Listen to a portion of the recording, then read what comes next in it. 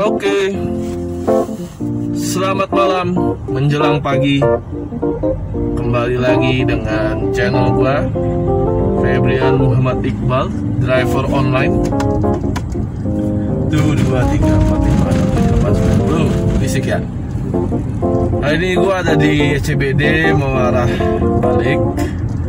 Dan gua mau sharing tentang tipe-tipe driver online. Ada berbagai macam tipe driver online yang ada di Indonesia nih. Yang pertama adalah tipe orang yang mengejar poin. Yang kedua, tipe orang mengejar argo yang gede-gede. Dan yang terakhir, tipe orang yang ngejar pemakan segalanya. Gue bahas yang pertama dulu. Yang pertama itu adalah tipe driver pengejar poin. Nah, driver yang ngejar poin itu kebanyakan sih dari aplikasi Gokar. Karena di Gokar itu skema insentifnya itu adalah pembulatan minimal pendapatan setiap hari. Teman-teman gue di Gokar yang tipe pengejar poin itu, argo yang diincar itu argo Jaklingko alias argo kecil-kecil. Paling argo favorit itu 12.000 sampai 15.000 sekali trip. Dia tidak pada saat hari kerja atau pada saat siang hari, dia tidak akan pernah tergoda untuk ngambil argo di atas 20.000. Karena dia pengen bikin history itu supaya dapat argonya yang kecil-kecil aja, 15.000, 12.000, bahkan argo 11.000 pun diambil. Karena mereka harus kejar 22 trip minimal atau lebih. Nanti pendapatan minimalnya, misalkan dari 22 trip itu dia cuma dapat 250.000. Itu nanti sisanya akan dibulatkan oleh Gojek menjadi 500.000 rupiah. Itu bro. Keunggulannya kalau pemain poin, pertama dari segi operasional dia paling kecil. Dia pasti modal bensin hanya 100.000 rupiah, makan dan segala macam 50.000 rupiah. Jadi dia masih ada sisa lebih per hari itu 350.000 rupiah bersih. Itu keunggulannya. Yang kedua keunggulannya adalah dari segi lifetime mobilnya. Mobilnya akan apa ya? Akan biaya perawatan akan lebih murah. Tidak berat, perawatannya lebih murah karena kayak jarak tempuhnya juga nggak akan jauh-jauh. Paling nganter 1 kilo, 2 kilo, gitu aja. Jadi dia akan jarang ganti oli dan segala macam. Itu dia pasti akan jarang. Part-part akan jadi lebih awet. Kekurangannya, kalau driver yang tipikal pencari poin itu, yang kekurangannya satu, dia akan dapat pendapatan segitu-gitu aja. Setiap hari pendapatannya tidak akan lebih dari 500.000 rupiah, kecuali dari tambahan tip dari penumpang. Tuh, kecuali tambahan tip dari penumpang. Terus kekurangannya dari orang yang mencari poin itu, udah sih kayaknya itu doang deh. Kekurangannya itu doang. Pendapatannya nggak akan lebih dari 500.000. Kalau lebih pun itu pasti dari tip aja. Oke, kita masuk yang kedua ya. Yang kedua itu tipe driver yang sukanya hanya argo yang besar-besar aja, atau biasanya disebutnya ini apa, pemain argo. Tipikal driver ini tuh dia nggak akan pernah ngambil argo di bawah Rp50.000. Atau mungkin yang lebih ekstrim lagi, yang tipe sorti garis keras, itu nggak akan mau ngambil argo di bawah 100.000.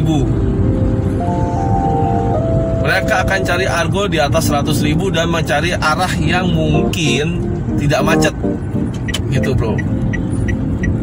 Ya biasanya begitu terima orderan, jebret 100.000 atau 200.000, dilihat dulu nih mapnya nih, waktu tempuhnya berapa nih. Kalau misalkan waktu tempuhnya di atas 1,5 jam, biasanya mereka nggak akan ambil. Mereka biasanya nyari yang di bawah 1 jam. Itu tipikal orang seperti itu, seperti orang yang pemain argo ini, dia mentalnya harus tangguh. Kenapa harus tangguh? Karena begitu mental ke satu daerah nih, misalkan dari Jakarta mental ke BSD gitu kan, dia sampai BSD dia nggak akan balik lagi ke arah Jakarta lagi gitu kan, tapi bakalan stay di situ lama dan akan sorti bener-bener argonya gitu kan. Jadi butuh mental yang kuat kalau untuk mau jadi pemain argo itu bro. Kita bahas kelebihannya ya. Kelebihannya orang pemain argo. Yang pertama, dia akan dapat pendapatan jauh lebih besar dibandingkan pemain poin. Tapi ada tapinya, nanti itu masuk kekurangan. Yang kedua, jangkauannya jadi lebih luas, akan lebih tahu daerah-daerah di sekitaran Jakarta. Jadi main itu nggak di Jakarta doang gitu. Itu kalau pemain argo. Terus yang ketiga, keunggulannya akan terbentuk mental yang kuat. Ketika bermain argo harus stay sampai dapat baru geser. Gitu bro. Kekurangannya, kalau pemain argo itu, mobil itu jarak tempuhnya jauh-jauh bro. Dia pasti kilometernya mainnya di atas 20 kilo sekali jalan. Itu tipikal argo tuh. Jadi dari segi maintenance mobil akan butuh lebih dibandingkan pemain argo, dibandingkan pemain poin. Terus yang kedua kekurangannya,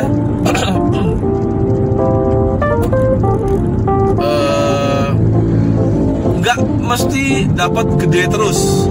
Artinya pendapatannya tuh nggak stabil, nggak seperti pemain poin. Kalau pemain poin kan stabil, gope 500.000 terus sepanjang hari, setiap hari 500.000 pendapatannya.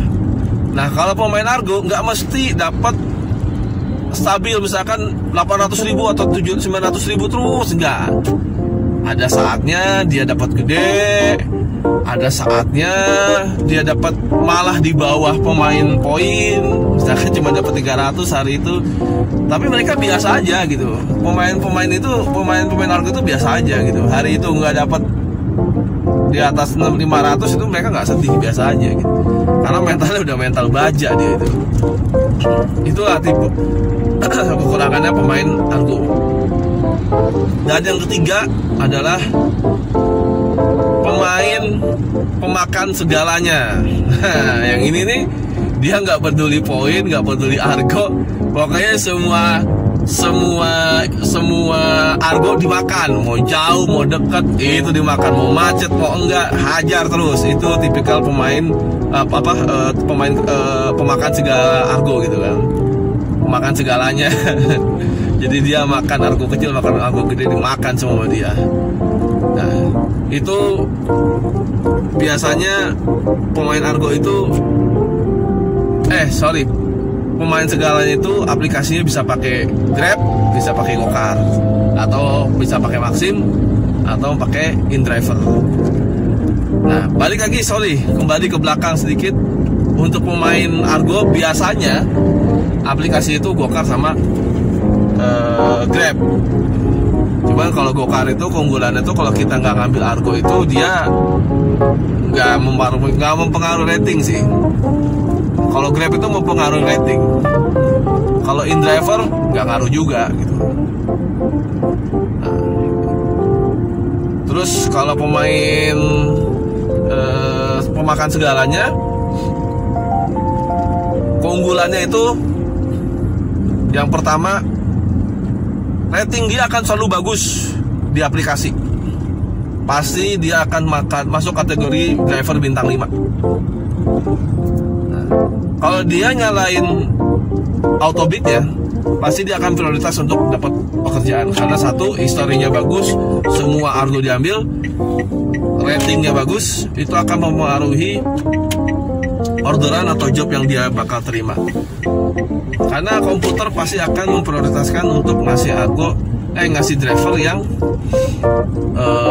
nggak pilih-pilih, gitu bro. Itu berdasarkan pengalaman gue. Itu keunggulannya. Terus kekurangannya, memakan segalanya. Ya pendapatannya tidak stabil. Kadang bagus, kadang biasa-biasa aja, nggak jelek. Jadi rata-rata lah gitu. Dia nggak akan pernah kekurangan gitu. Tapi masih ada kesempatan untuk dapat pendapatan besar. Dan mungkin akan mendapatkan pendapatan yang standar-standar aja kalau misalkan dia hari itu tidak beruntung. Jadi gitu bro. Sekali lagi gue ulangin, ada 3 tipe orang, tipe driver online. Yang pertama itu adalah pencari poin, yang kedua itu adalah pencari Argo, dan yang ketiga itu adalah pemakan segalanya alias omnivora.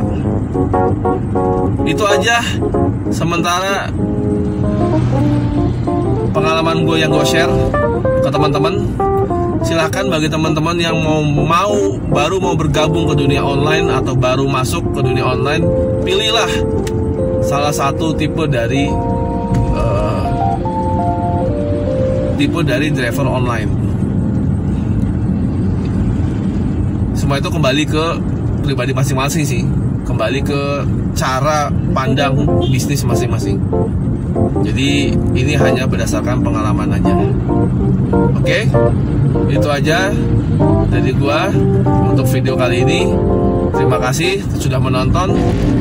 Boleh bagi teman-teman yang belum subscribe, dibantu subscribe supaya channel ini terus berkembang. Dan jangan lupa di komen lu semua tuh lebih suka tipe yang mana, atau lu sekarang dalam posisi tipe yang mana ya. Terima kasih sekali lagi sudah menonton. Gua tutup. Assalamualaikum warahmatullahi wabarakatuh. Tetap semangat, tetap hidup, dan juga semoga pandemi ini cepat selesai dan semua orang kembali hidup berbahagia.